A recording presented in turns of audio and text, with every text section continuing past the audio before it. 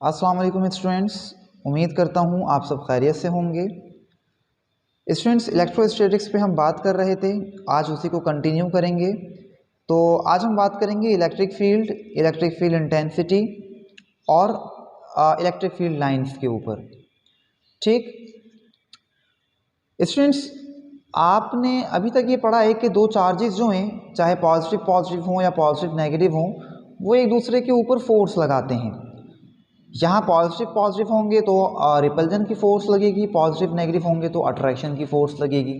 ये सब तो आपको पता है, लेकिन सवाल ये पैदा होता है कि ये दो चार्जेस दूर रहते हुए एक दूसरे पे फोर्स कैसे लगा रहे हैं।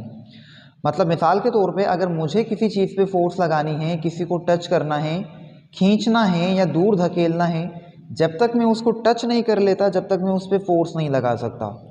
तो फिर ये दो चार्जेस जो हैं वो कैसे एक दूसरे पे फोर्स लगा रहे हैं फासले पे रहते हुए। तो पहले इस कॉन्सेप्ट को कहा जाता था action at a distance. Action at a distance, क्योंकि पहले नहीं मालूम था कि ये दो चार्जेस कैसे फोर्स लगाते हैं, तो जस्ट कह दिया गया एक्शन एट अ डिस्टेंस, कुछ फासले पर रह कर ही एक दूसरे पे ये फोर्स लगा रहे हैं। लेकिन फिर बाद में माइकल फैराडे ने हमें बताया कि एक्चुअली ये ऐसे ही फोर्स नहीं लगाते दूर रहते हुए, बल्कि माइकल फैराडे ने हमें एक नया कॉन्सेप्ट दिया कि ये कैसे फोर्स लगाते हैं। उसने हमें फील्ड का कॉन्सेप्ट दिया। उसने ये कहा कि एक्चुअली होता ये है कि कोई भी जो चार्ज होता है, चाहे पॉजिटिव हो चाहे नेगेटिव हो, उस चार्ज के गिर्द उसकी एक फील्ड होती है। उसके सराउंडिंग में, उसके अराउंड, उस चार्ज के अराउंड एक फील्ड होती है जिसे इलेक्ट्रिक फील्ड कहा जाता है। माइकल फैराडे ने हमें बताया कि एक्चुअली होता ये है कि हर चार्ज के अराउंड में एक फील्ड होती है, एक रीजन होता है, एक स्पेस होता है जो उसने घेरा हुआ होता है। जैसे मिसाल के तौर पे यहाँ कहीं चार्ज है, तो इस चार्ज के चारों तरफ स्फेरिकल शेप में, स्फेयर में एक एक फील्ड होती है जिसने उस चार्ज को सराउंड किया हुआ होता है। उसके अराउंड एक ऐसा रीजन होता है कि उस रीजन में अगर कोई चार्ज आ जाता है तो फिर उस चार्ज के ऊपर फोर्स लगती है। अगर वो चार्ज उस फील्ड के बाहर हो तो फिर इसके ऊपर फोर्स नहीं लगती है। तो उसने हमें बताया कि एक्चुअली हर चार्ज के अराउंड में एक रीजन होता है जिसमें कोई भी चार्ज जो है उस पर एक फोर्स एक्सपीरियंस होती है। तो उस रीजन को हम कहते हैं इलेक्ट्रिक फील्ड। जैसे मिसाल के तौर पे मैग्नेट होती है, मैग्नेट का भी स्टूडेंट्स ऐसे ही होता है, नॉर्थ और साउथ दो पोल्स होते हैं। इस मैग्नेट की सराउंडिंग में, इसके अराउंड इसकी एक फील्ड होती है। इस फील्ड के अंदर अगर कोई ऑब्जेक्ट आ जाता है, कोई मेटालिक पीस आ जाता है, तो ये इसको अट्रैक्ट कर लेता है। लेकिन अगर इसकी फील्ड के बाहर कोई ऑब्जेक्ट मौजूद है तो फिर वो इसको अट्रैक्ट नहीं कर पाता। तो जिस तरह से हर मैग्नेट के अराउंड एक रीजन होता है, एक स्पेस होता है, उस स्पेस को हम कहते हैं मैग्नेटिक फील्ड। इसी तरह हर चार्ज के अराउंड एक स्पेस होता है जिसमें कोई ऑब्जेक्ट आ जाए तो ये फिर इस पर फोर्स लगाता है। तो इस रीजन को स्टूडेंट्स हम कहते हैं इलेक्ट्रिक फील्ड। ठीक है स्टूडेंट्स, तो ये कॉन्सेप्ट दिया था माइकल फैराडे ने। तो उसने फिर एक्चुअली ये बताया था कि ये जो चार्जेस हैं वो ऐसे ही कुछ फासले पर रह के फोर्स नहीं लगाते, बल्कि होता ये है कि एक ये चार्ज, इसकी अपनी फील्ड, और एक दूसरा चार्ज, इसकी अपनी फील्ड। एक्चुअली होता ये है कि ये दो फील्ड्स एक दूसरे से टकराती हैं, जिसकी वजह से ये चार्जेस जो हैं एक दूसरे पे फोर्स लगाते हैं। तो एक्शन एट अ डिस्टेंस नहीं होता, बल्कि होता क्या है, फील्ड फील्ड इंटरेक्शन होता है। फील्ड फील्ड इंटरेक्शन होता है।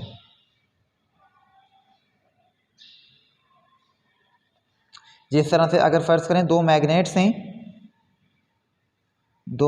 हैं नॉर्थ और साउथ, तो दो मैग्नेट्स भी एक दूसरे पे स्टूडेंट्स फोर्स लगाती हैं, चाहे अट्रैक्ट करें या रिपेल करें।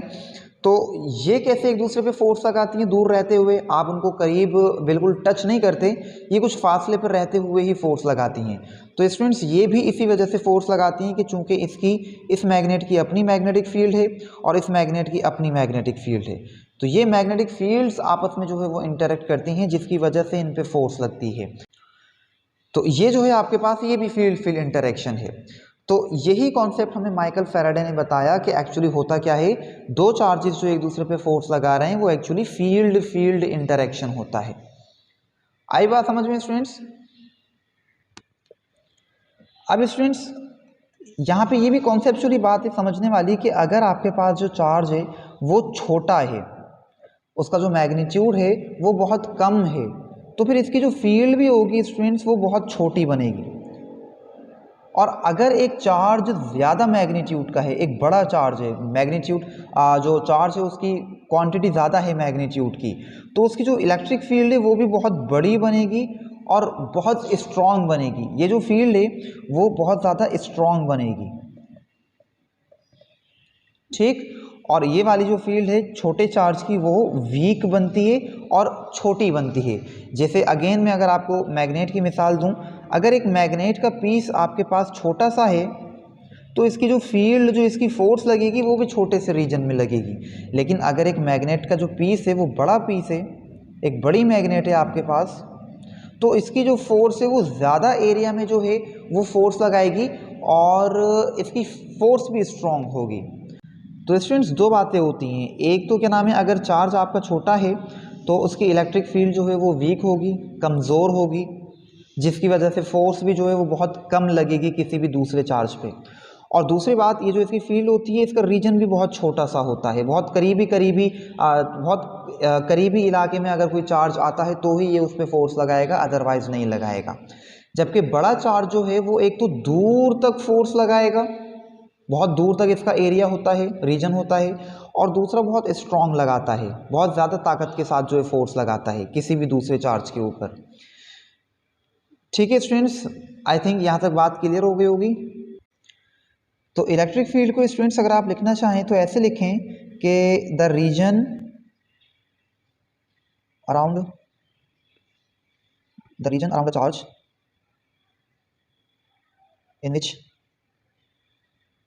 any other charge experiences force। तो क्या लिखा है students, the region around a charge in which any other charge experiences force. ऐसा रीजन किसी भी चार्ज के गिर्द ऐसा रीजन जिसमें अगर कोई दूसरा चार्ज लाया जाए तो उसके ऊपर एक फोर्स लगे, वो कुछ फोर्स महसूस करे, तो ऐसे रीजन को हम कहते हैं इलेक्ट्रिक फील्ड। ठीक है स्टूडेंट्स, इसी के आगे स्टूडेंट्स अब हम बात करेंगे इलेक्ट्रिक फील्ड इंटेंसिटी की। इलेक्ट्रिक फील्ड जो है वो कोई फिजिकल क्वांटिटी नहीं है, उसे हम मेजर नहीं कर सकते, बल्कि इलेक्ट्रिक फील्ड इंटेंसिटी एक फिजिकल क्वांटिटी है, उसे हम मेजर कर सकते हैं। और इसको हम स्टूडेंट्स ई से शो करेंगे और ये एक वेक्टर क्वांटिटी है। ठीक, क्या होता है इलेक्ट्रिक फील्ड इंटेंसिटी, आप यहाँ वर्ड से ही समझ सकते हैं। देखिए हम बात कर रहे हैं इंटेंसिटी की। इंटेंसिटी मतलब क्या होता है, किसी भी चीज़ की शिद्दत। इंटेंसिटी का मतलब होता है स्टूडेंट्स शिद्दत, और यहाँ किस चीज़ की शिद्दत की हम बात कर रहे हैं, इलेक्ट्रिक फील्ड की शिद्दत। जैसे फर्ज करें आपके पास एक चार्ज है और इसके अराउंड एक इलेक्ट्रिक फील्ड होती है, अभी हमने लास्ट टाइम बात की। तो यहाँ पे स्टूडेंट्स अगर मैं आपसे एक सवाल पूछूं कि मैं इस इलेक्ट्रिक फील्ड में जब चार्ज को लेकर आता हूँ किसी भी, तो ये उस पर फोर्स लगाएगा। अब अगर मैं उस चार्ज को लाके मिसाल के तौर पे यहाँ पे रखता हूँ, इसको पॉइंट ए कह दें, और एक चार्ज को मैं रखता हूँ यहाँ पे लाके, इसको कहते हैं पॉइंट बी। तो अब मुझे ये बताएं कि जो ये चार्ज है, ये चार्ज जो है वो किस पे ज़्यादा फोर्स लगाएगा, चार्ज ए पे इस पॉइंट पे ज़्यादा फोर्स लगाएगा या चार्ज बी के ऊपर। तो आई थिंक आप ये कहेंगे कि वो चार्ज ए के ऊपर ज़्यादा फोर्स लगाएगा, और ये बात सही भी है, उसको चार्ज ए पर ही ज़्यादा फोर्स लगानी चाहिए। क्यों? क्योंकि कूलम्स लॉ के मुताबिक हम पढ़ चुके हैं, कूलम्स लॉ हमें कहता है F इक्वल टू के Q1 Q2 upon are square, के फासला दो चार्जेस के दरमियान जितना कम होगा फोर्स उतनी ज़्यादा होगी। तो यहाँ पे अगर आप देखें दो चार्जेस के दरमियान फासला कम है और यहाँ फासला ज़्यादा है, तो जब फासला कम है दो चार्जेस के दरमियान तो इस चार्ज पे जो फोर्स लगेगी वो भी ज़्यादा लगेगी और इस वाले चार्ज पे जो फोर्स लगेगी वो कम लगेगी। इसका मतलब स्टूडेंट ये हुआ कि इस फील्ड में हर जगह पे डिफरेंट फोर्स लग रही है। मतलब इस पॉइंट पे फोर्स ज़्यादा लग रही है, इस पॉइंट पे फोर्स बहुत कम लग रही है, इस पॉइंट पे फोर्स बहुत कम हो जाएगी और इस पॉइंट पे तो बिल्कुल ही ख़त्म हो जाएगी। ठीक, इस पॉइंट पे फोर्स डिफरेंट होगी, इस पॉइंट पे फोर्स डिफरेंट होगी।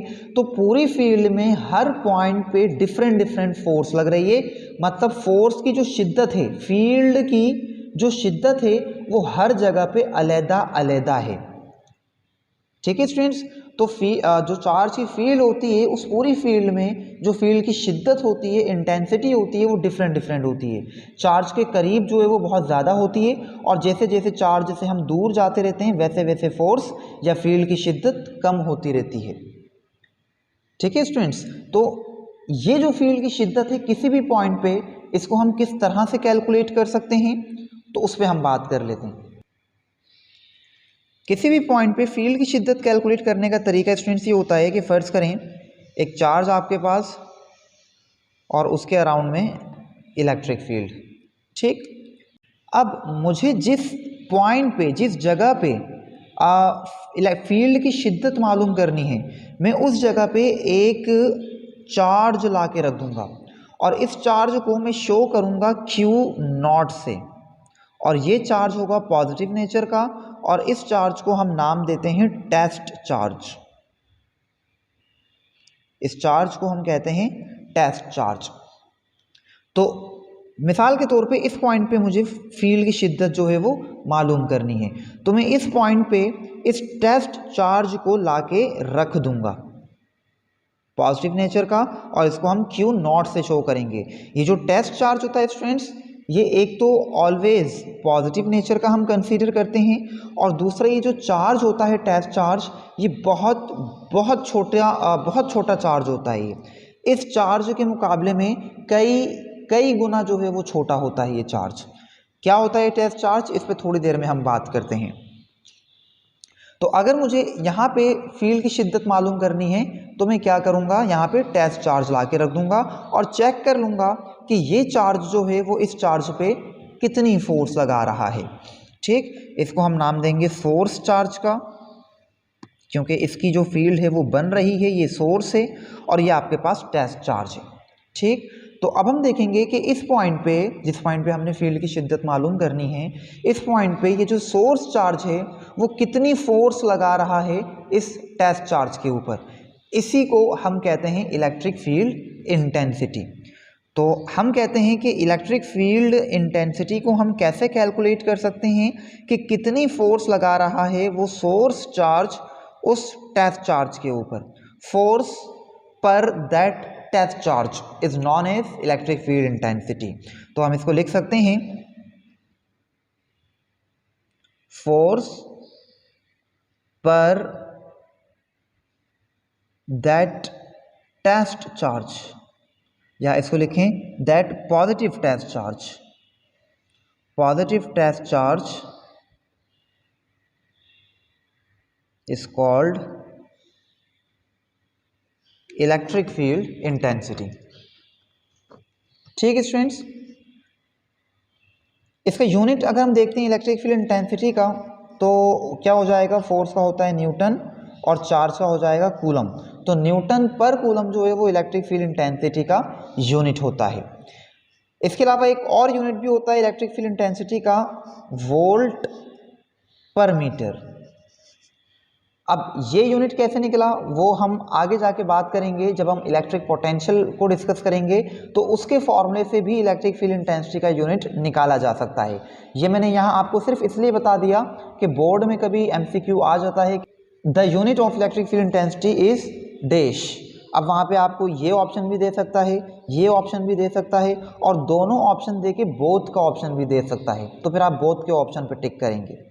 ठीक, अच्छा जी, हम बात कर रहे थे टेस्ट चार्ज के ऊपर। जो टेस्ट चार्ज होता है स्टूडेंट्स, ये मैंने अभी आपको बताया कि ये बहुत बहुत छोटा होता है। क्यों बहुत छोटा होता है मैं आपको बता देता हूँ। चलें फ़र्ज़ करें कि मुझे जो है वो इस पॉइंट पे फील्ड की शिद्दत मालूम करनी है। ठीक, इस पॉइंट पे मुझे फील्ड की शिद्दत मालूम करनी है। अब मैं क्या करता हूँ स्टूडेंट्स, फ़र्ज़ करें मैं टेस्ट चार्ज लेकर नहीं आता, मैं कोई दूसरा चार्ज लेकर आ जाता हूँ। जब ये चार्ज लेकर आऊँगा तो इस चार्ज की अपनी भी एक फील्ड होती है, क्योंकि अभी हमने कहा कि जो माइकल फैराडे है उसने हमें बताया कि हर चार्ज के गिर्द उसकी एक फील्ड होती है। तो अगर मैं ये चार्ज लेकर आता हूँ जिसकी अपनी एक फील्ड होगी और इस चार्ज को ले जाके मैं इस पॉइंट पे रखता हूँ, तो देखिए इस चार्ज की अपनी भी एक फील्ड है। ये फील्ड जो है वो इस सोर्स चार्ज की फील्ड को ख़राब कर देगी, और इस पॉइंट की मुझे जो फील्ड की शिद्दत मालूम करनी है वो मैं एक्यूरेट मालूम नहीं कर पाऊँगा, क्योंकि ये फील्ड इस फील्ड को ख़राब कर चुकी है। इसी वजह से स्टूडेंट्स मुझे एक ऐसा चार्ज चाहिए जो कि बहुत बहुत छोटा हो, जिसकी जो फील्ड है वो भी बहुत छोटी सी हो, और उसको अगर मैं यहाँ पे ला के रखना चाहूँ तो वो उसकी जो फील्ड है वो इसकी फील्ड को ख़राब ना कर पाए, और मुझे मैक्सिमम जितना एक्यूरेट यहाँ पे फील्ड की शिद्दत मालूम हो सके मैं उतनी बेहतर से बेहतर मालूम कर सकूँ। तो ऐसा कोई बहुत छोटा चार्ज चाहिए मुझे। तो ऐसे ही छोटे चार्ज को हमने यहाँ कंसीडर किया, उसको टेस्ट चार्ज हमने नाम दिया और Q0 से उसको हमने रिप्रेजेंट किया, और हमने कहा ये Q0 बहुत बहुत छोटा चार्ज होगा, इसकी जो इलेक्ट्रिक फील्ड होगी वो भी बहुत छोटी सी होगी, कि जब इस टेस्ट चार्ज को आप लाके यहाँ पे इस पॉइंट पे रखेंगे तो इसकी जो फील्ड है वो इस सोर्स चार्ज की फील्ड को इतनी ख़राब नहीं कर पाएगी, मतलब बिल्कुल ना होने के बराबर। और हम बेहतर से बेहतर यहाँ पे फील्ड की शिद्दत कैलकुलेट कर सकते हैं। तो यही वजह है स्टूडेंट्स कि हम यहाँ पे टेस्ट चार्ज का इस्तेमाल करते हैं। जब हमें इस फील्ड में किसी भी पॉइंट पे फील्ड की शिद्दत मालूम करनी हो तो उस पॉइंट पे हम एक टेस्ट चार्ज जो है वो ला के रख देते हैं और चेक कर लेते हैं कि उस टेस्ट चार्ज पे इस जगह पे कितनी फोर्स लग रही है, तो उस जगह की आपको फील्ड की शिद्दत मिल सकती है इस फॉर्मूले से। तो जिस पॉइंट पे भी आपको फील्ड की शिद्दत मालूम करनी है उस पॉइंट पे आप टेस्ट चार्ज ले जाके रख दें और चेक कर लें उस टेस्ट चार्ज पे कितनी फोर्स लग रही है। ठीक है स्टूडेंट्स, तो इलेक्ट्रिक फील्ड इंटेंसिटी को स्टूडेंट्स हम ऐसे डिफाइन कर रहे हैं कि जो फोर्स लग रही है उस टेस्ट चार्ज के ऊपर। ठीक है स्टूडेंट्स, अब मैं स्टूडेंट्स आपको एक बेहतरीन बात बताता हूँ। यहाँ पे फर्ज करें कि एक पॉजिटिव चार्ज है, उस चार्ज की फील्ड, इस पॉइंट पे मैंने फील्ड की शिद्दत कैलकुलेट करनी है। ये जो आपका सोर्स चार्ज है ये फर्ज कर लें क्यू कूलम का है, ठीक, और ये जो आपके पास चार्ज है टेस्ट चार्ज, ये मिसाल के तौर पे ये 2 कूलम का है। ठीक है स्टूडेंट्स, अब ये चार्ज जो है इसके ऊपर वो जाहिर है एक रिपल्जन की फोर्स लगाएगा, टेस्ट चार्ज है ये वाला, तो पॉजिटिव पॉजिटिव रिपेल करेगा। तो फर्ज करें यहाँ जो एक रिपल्सिव फोर्स लग रही है वो 10 न्यूटन की फोर्स लग रही है। ठीक है, तो ज़रा कैलकुलेट करें कि इस जगह पे फील्ड की शिद्दत कितनी है, चेक करें। तो आए ज़रा वैल्यूज पुट करते हैं। फोर्स कितनी लग रही है दो चार्जेस के दरमियान, 10 न्यूटन, और चार्ज टेस्ट चार्ज कितना है 2 कूलम का। इनको जब डिवाइड करेंगे तो हमारे पास हो जाएगा 5 न्यूटन पर कूलम। इसका मतलब इस जगह पे इस पॉइंट पे जो फील्ड की शिद्दत है वो कितनी है, 5 न्यूटन पर कूलम। इसमें एक और एग्जांपल लें, फर्ज करें सेम चार्ज है, जो ये चार्ज था वही चार्ज है, चार्ज Q। इस बार जो मैं यहाँ इस पॉइंट पे सेम पॉइंट, इस पॉइंट पे जो मैं टेस्ट चार्ज ला रहा हूँ वो 2 कूलम का नहीं, इस बार मैं ला रहा हूँ 10 कूलम का टेस्ट चार्ज। ठीक, अब मुझे बताएं कूलम्स लॉ के मुताबिक, कूलम्स लॉ क्या कहता है, फोर्स जो है वो डायरेक्टली प्रोपोर्शन होती है 2 चार्जेस के प्रोडक्ट के ऊपर। सही बात है, यहाँ पे जो है वो एक चार्ज बड़ा था और एक चार्ज सिर्फ 2 कूलम का था, तो इनके दरमियान फोर्स 10 न्यूटन की थी। अब देखें जो 2 चार्जेस हैं ये भी बड़ा है और ये भी अब बड़ा चार्ज है, 10 कूलम का चार्ज, 2 कूलम से तो बड़ा ही है। तो यहाँ पे देखें दोनों चार्जेस का जो प्रोडक्ट है वो बढ़ गया। जब बढ़ गया तो क्या अब भी सेम पॉइंट पे, इसी पॉइंट पे, क्या अब भी इन दो चार्जेस के दरमियान जो फोर्स लगेगी वो 10 न्यूटन की ही रहेगी? नहीं। यहाँ पे जो आपका चार्ज है, टेस्ट चार्ज, वो 2 से 10 कूलम हो गया, मतलब 5 गुना जो है वो बढ़ गया, 5 गुना बढ़ गया। तो इसका मतलब इनके दरमियान जो फोर्स है वो भी 5 गुना बढ़ जाएगी, क्योंकि फोर्स डायरेक्टली डिपेंड कर रही है। तो अब फोर्स जो है वो 10 न्यूटन नहीं रहेगी, बल्कि अब फोर्स हो जाएगी 50 न्यूटन। ठीक, तो अब जो है वो फर्ज करेंगे जो टेस्ट चार्ज है उसके ऊपर इसी पॉइंट पे, सेम पॉइंट पे जो फोर्स लग रही है वो 50 न्यूटन की लग रही है। तो अब जरा इस पॉइंट की फील्ड की शिद्दत कैलकुलेट करें।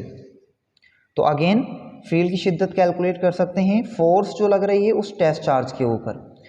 तो स्टूडेंट्स फोर्स कितनी लग रही है इस बार? 50 न्यूटन, और चार्ज, टेस्ट चार्ज कितना है? 10 कूलम का। डिवाइड कर दें, अगेन 5 न्यूटन पर कूलम की इलेक्ट्रिक फील्ड की शिद्दत है इस पॉइंट पे, सेम पॉइंट पे। इससे आपको क्या पता चला? इससे आपको स्टूडेंट ये पता चला कि इलेक्ट्रिक फील्ड की जो इंटेंसिटी होती है वो जस्ट सिंपल, आप इसको नहीं कहते कि आप चेक कर लो बस टेस्ट चार्ज पे कितनी फोर्स लग रही है, बस वही उस जगह की जो है फील्ड की शिद्दत है। यहाँ पे तो 10 न्यूटन की फोर्स लग रही है, तो क्या यहाँ इस जगह पे जो फील्ड की शिद्दत है वो 10 न्यूटन पर कूलम है? नहीं, इस जगह पे फील्ड की शिद्दत कितनी है? 5 न्यूटन पर कूलम। मतलब ये हुआ कि आप पूरे के पूरे टेस्ट चार्ज पे नहीं देखते कि कितनी फोर्स की जो शिद्दत है वो लग रही है, कितनी फोर्स लग रही है, आप पूरे के पूरे टेस्ट चार्ज पे नहीं देखते, बल्कि आप 1 कूलम टेस्ट चार्ज के ऊपर देखते हो, 1 कूलम चार्ज के ऊपर देखते हो कितनी फोर्स लग रही है, वो उस पॉइंट की जो है वो फील्ड की शिद्दत है। यहाँ पे आपने क्या किया, 10 न्यूटन जो लग रही थी वो तो 2 कूलम चार्ज के ऊपर लग रही थी, आपने जब इसको डिवाइड कर दिया तो फिर 1 कूलम चार्ज के ऊपर फोर्स आ गई, और वो कितनी लगेगी? 5 न्यूटन। तो इस 5 न्यूटन को आप इलेक्ट्रिक फील्ड की इंटेंसिटी कहोगे, 10 न्यूटन को इलेक्ट्रिक फील्ड इंटेंसिटी नहीं कहोगे। ठीक वही चीज़ यहाँ पे भी आपने किया।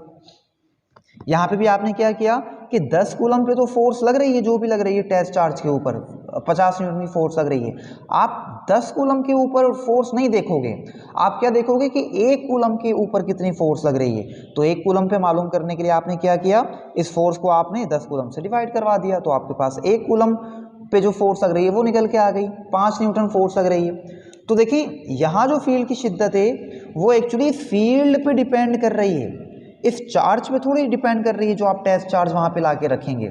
अगर टेस्ट चार्ज के ऊपर डिपेंड कर रही होती फिर तो यहाँ पे फील्ड की शिद्दत कुछ और होती और यहाँ फील्ड की शिद्दत कुछ और होती, क्योंकि यहाँ पे टेस्ट चार्ज कुछ और है और यहाँ पे कुछ और है।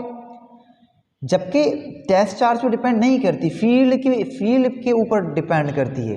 तभी हमने क्या कहा कि आप इसको डिवाइड करवा के 1 कूलम जो है वो टेस्ट चार्ज के ऊपर चेक कर लें, क्योंकि आप टेस्ट चार्ज यहाँ पे कोई भी ला सकते हैं, उसका कोई स्टैंडर्ड नहीं है। स्टैंडर्ड क्या बनाया कि टेस्ट चार्ज कोई भी ले आए किसी भी मैग्नीट्यूड का, बस आप 1 कूलम टेस्ट चार्ज पे देख लें कितनी फोर्स लग रही है, डिवाइड करवाने के बाद, डिवाइड करवाएंगे तो 1 कूलम की निकल जाएगी। जैसे सिंपल सी बात है, मिसाल के तौर पे आपने वेलोसिटी पढ़ा है, मैं कहता हूँ, जैसे मिसाल के तौर पे स्टूडेंट फर्ज करें एक कार है, वो 10 मीटर का फासला 2 सेकंड में कवर कर रही है, जबकि दूसरी कोई कार है वो 15 मीटर का फासला 4 सेकंड में कवर कर रही है। तो अब मुझे बताएं कि इन दोनों में से रफ्तार किसकी ज़्यादा है। तो रफ्तार मालूम करने के लिए अब आप ये मत देखें कि 10 मीटर जो है वो ये 2 सेकंड में कर रहा है और ये 15 मीटर 4 सेकंड में कर रहा है। आप पूरे टाइमिंग में नहीं मत देखें कि कौन कितना फासला कवर कर रहा है, बल्कि वेलोसिटी के फार्मूले से हम क्या निकालते हैं कि displacement per unit time, 1 second में कौन कितना फासला कवर कर रहा है, आप ये चेक कर लें। तो आप चेक कर लें कि ये वाला 1 सेकंड में कितना फासला कवर कर रहा है। तो वो चेक करने के लिए आप क्या करेंगे, 10 को डिवाइड कर देंगे 2 सेकंड से, फासला डिवाइड कर देंगे टाइम से, तो ये हो जाएगा 5 मीटर पर सेकंड। ठीक, जबकि इस वाले के निकालेंगे तो ये हो जाएगा 15 डिवाइड बाय 4 और ये आपका हो जाएगा ऑलमोस्ट 3.75 हो जाएगा, चेक कर लीजिएगा। ठीक, तो अगर आपने रफ्तार निकालनी है तो आप क्या करेंगे कि 1 सेकंड में देख लेंगे कौन कितना फासला कवर कर रहा है। ये 1 सेकंड में 5 मीटर का फासला कवर कर रहा है और ये 1 सेकंड में तकरीबन 4 मीटर का फासला तय कर रहा है। तो जाहिर है जो 1 सेकंड में ज़्यादा फासला तय कर रहा है उसी की रफ्तार ज़्यादा है। तो बताने का मकसद ये है कि यहाँ पे भी आपने क्या करा, स्टैंडर्ड क्या बनाया कि 1 सेकंड में कौन कितना फासला तय कर रहा है, पूरे के पूरे टाइम में मत देखें।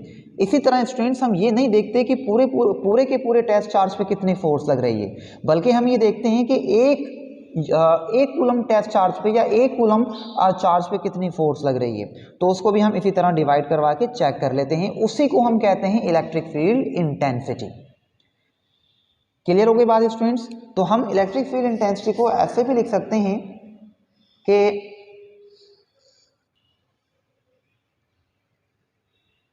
The force per unit positive charge होगा, पॉजिटिव चार्ज लेकिन unit. The force per unit positive charge is called electric field intensity.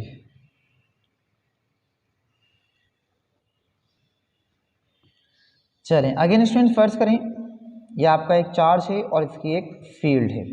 ठीक, यहाँ कहीं पे मुझे फील्ड की शिद्दत मालूम करनी थी तो मैं यहाँ पे टेस्ट चार्ज ले आया पॉजिटिव नेचर का, इसको मैं कह देता हूँ Q सोर्स चार्ज और ये हो गया टेस्ट चार्ज, और इन दो चार्जेस के दरमियान जो फासला है वो R है।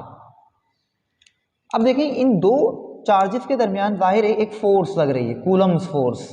तो कूलम के जरिए इस फोर्स को हम कैलकुलेट कर सकते हैं, कितनी होगी K Q1 Q2, मतलब दो चार्जेस कौन से हैं, Q और Q0, डिवाइड बाय इनके दरमियान फासले का स्क्वायर, तो ये हो गया R का स्क्वायर। अब स्टूडेंट हमें पता है कि जो इलेक्ट्रिक फील्ड इंटेंसिटी होती है वो बराबर होती है फोर्स अपॉन टेस्ट चार्ज के। ठीक, अब ये फोर्स कौन सी है यहाँ पे, जाहिर है यही फोर्स है कूलम फोर्स। तो इस फोर्स की जगह अगर मैं ये कूलम फोर्स रख देता हूँ तो ये हो जाएगा K Q0 अपॉन R का स्क्वायर और होल डिवाइड बाय Q0। ठीक, Q0 से Q0 कैंसिल हो जाएगा, बचेगा आपके पास K Q अपॉन R का स्क्वायर, या इसको ऐसे लिख लें 1/4 pi epsilon not Q upon R का स्क्वायर। तो इलेक्ट्रिक फील्ड इंटेंसिटी स्टूडेंट्स आप इस फॉर्मूले से भी मालूम कर सकते हैं और इस फॉर्मूले से भी मालूम कर सकते हैं, डिपेंड करता है।